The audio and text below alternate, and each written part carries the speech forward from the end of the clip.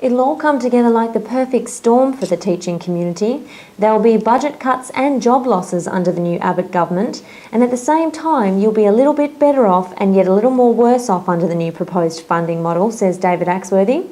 Axworthy, who spoke to school leaders in a September forum, told members there are two government agendas running, one based on a funding reform and the other a focus on building a sustainable budget.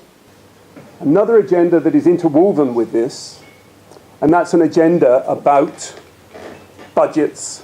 It's a fiscal agenda, it's a financial agenda.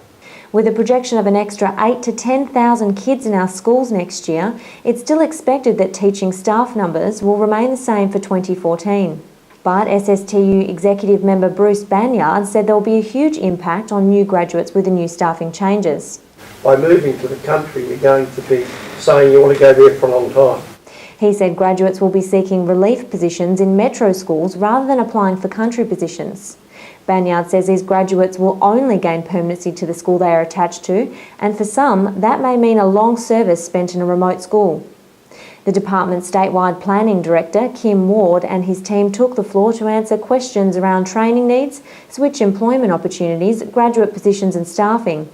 He agreed there could be difficulty in teachers gaining metro employment next year, but said the department's new switch program will hold the key to these teaching positions. It could be, in the old terms, a bit of a bumper year. If you wanted to get close, if you're in the country, you wanted to come out of Newman and come back to the city, there may be the opportunities for some specialist teachers. The new funding model will see the loss of around 350 EAs with changes to central and regional staffing, but Axworthy claimed no permanent staff member will lose their job.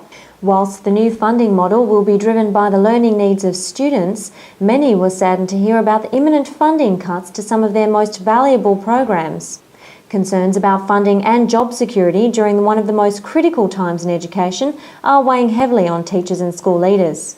Kirsty Henderson, SSTU News.